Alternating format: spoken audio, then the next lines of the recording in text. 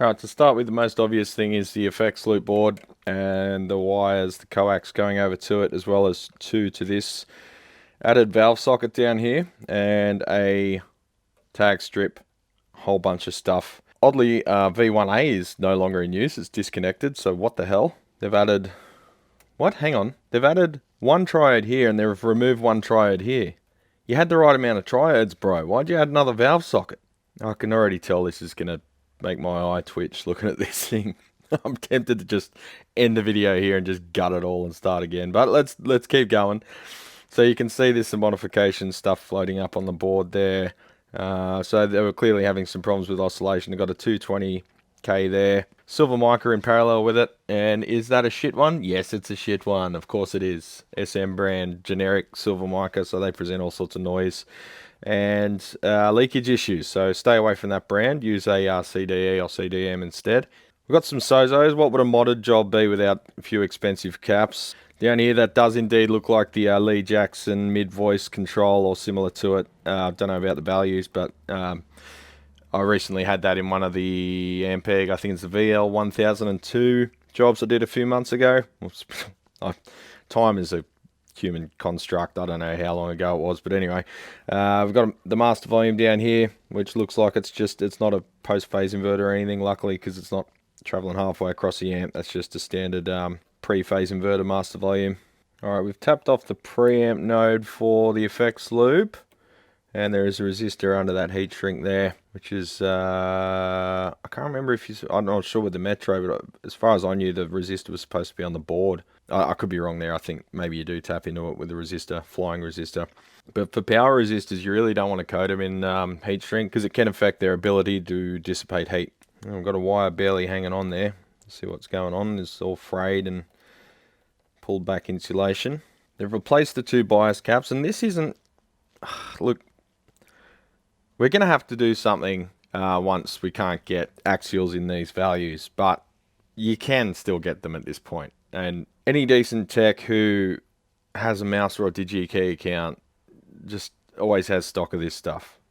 You know that you're going to need them. You know that they're a critical part in these amps and many others. So you just stock them, you know. Eventually we'll have to do shit like this, but at the moment you don't. And there's no real mechanical support there, so yeah, that's...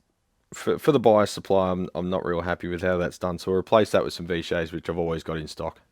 Hang on, they're 350 volt, 10 microfarad. You only need 100 there. Well, probably not even 100, but the stock value is 100. And they've got 350 volts, so they've literally just used whatever they had floating around. So a few points lost there. What are we at now? Negative 20 or something? But it's okay, champions, because they were smart enough to mark the outside foil of the phase inverter coupling caps.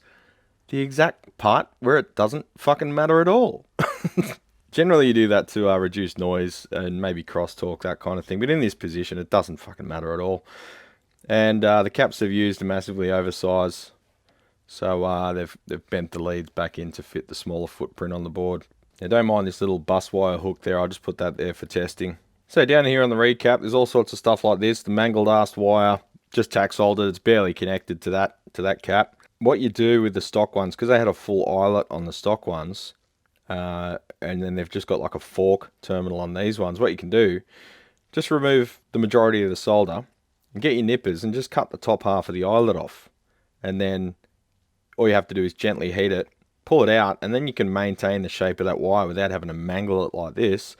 And the centers are still the same on the new ones. So then you just have to insert it into the fork and just make sure you've got a nice mechanical connection there.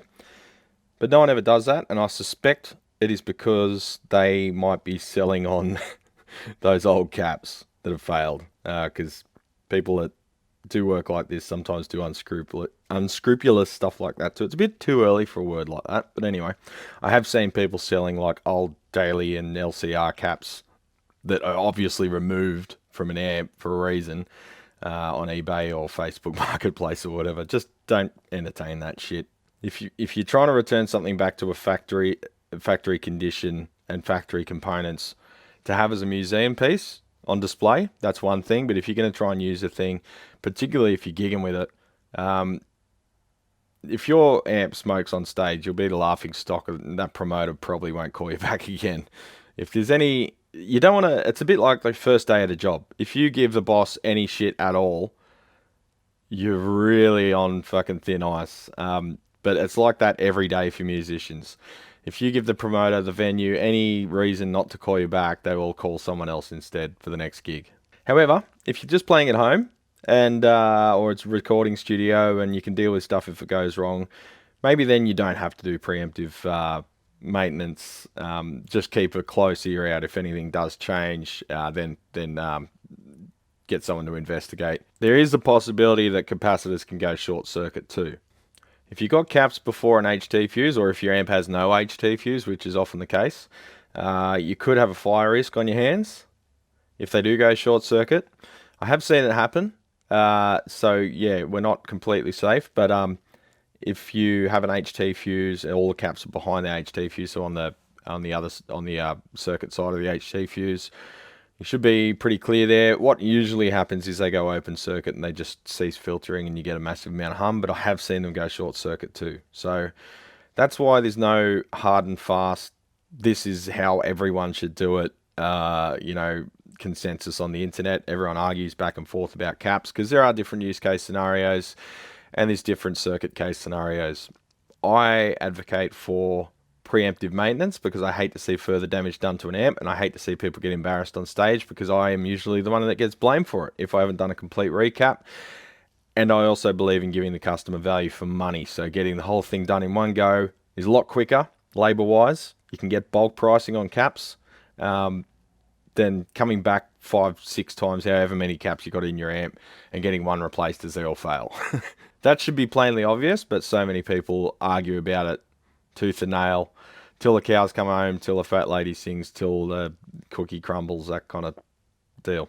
Anyway, moving on. So the impedance switch is hardwired to the 8-ohm tap with no notification of that on the back.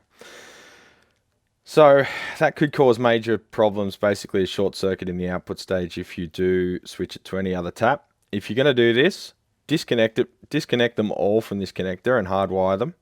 You can cable tie them or something in this area so you could replace it. In this case, we're just going to replace those switches. One thing that is concerning is the tiny gap between them. I've just got to check that the replacement ones will fit with these existing hole centers without having to go crazy with the round file. Now, why should we expect them to do something right with all the other stuff we've seen? They haven't disconnected this voltage selector, so it's still got primary voltages on the rear there, accessible with a paper clip, springs, a pen, guitar strings, a pen, other pointy things. They've just wired it to the terminal that suits the 240 volts. So that's not great either. We are replacing this switch though. But if you want to maintain that vintage look, disconnect all this stuff, bunch it up under here. Try to keep it away from any heat sources. So you can see down here the primary, the active is like pretty much touching the valve pins, and it's got a melt there in the insulation. You want to try and isolate the main stuff away from everything else if you can. Hang on. So that's a cathode current sense resistor, but it's been bypassed. You can see it's not in circuit. Its two terminals are connected together, and the pin 1 goes down to the chassis. Not sure why they did that. Maybe they didn't know what these are for. I don't know. Excuse my croaky voice. I went to see like 3 bands over the weekend and trying to talk to people over the crowd. Not conducive to video making. So we've got 3 watt Royal Ohms here. They almost look like a 5 watt package, but they say right there 3 watt. 1K. I'd like to upgrade them to Vishay 5 watt 2.2K. Just to protect the screen grids. Modern valves, well, not beam tetrodes, but true pentodes, pretty hard on the screens. And when you push them into overdrive, the output stage into overdrive, as the plate voltage sags, the screen starts conducting more because it starts collecting more electrons that don't fly past to the plate. And it starts dissipating more energy as a result, with predictable results. As valves are getting shitter, the screen grids are getting weaker.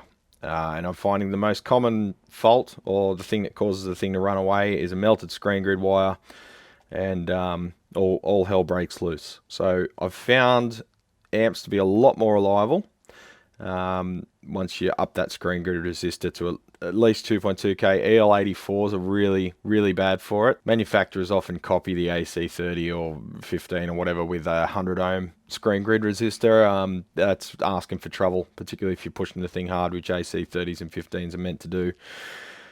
So upgrade them to like 3 watt 2.2K I generally go to, and I upgrade these to or 1.5 to 2.2. It barely affects the response of the amp. I'd prefer to have a slightly more compressed tone when pushed hard, which is actually quite pleasant to my ears, than have to replace the valves every 6 months, particularly with the way the pricing's going and the reliability as well. Alright, so let's trace this thing out. You got your input jack there, 1 meg grid leak. It's a bit crowded, stuff's twisted around other stuff. That goes to the coax. I'm moving that one, and I can see that one jiggling. So that's a 47K grid stopper. Bit hard to make out with that heat shrink on it, but I did measure it. That comes out on the plate. The plate comes out up here, coupled via a 22 nano Sozo. What's a, like I said, what's a mod job without a few Sozos sprinkled in for magic fairy dust? Don't worry about like design work or anything, just sprinkle some fairy dust in there. You've got a 220K there, so they're obviously trying to get some more gain there, and that's probably oscillating, so they put a 1 nanofarad in parallel with that, and that's the shitty silver mica SM generic brand ones that love to fail and leak and go noisy. Anyway, that comes over here, and you've got it says volume on the front, but your gain control. And there is what I think they thought was a attenuator, but they've wired it the wrong way around, so it's not an actual voltage divider. I'll show you on the schematic.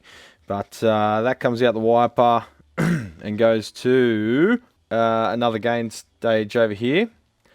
Notice that we've only used 2 triodes so far because V1A is disconnected.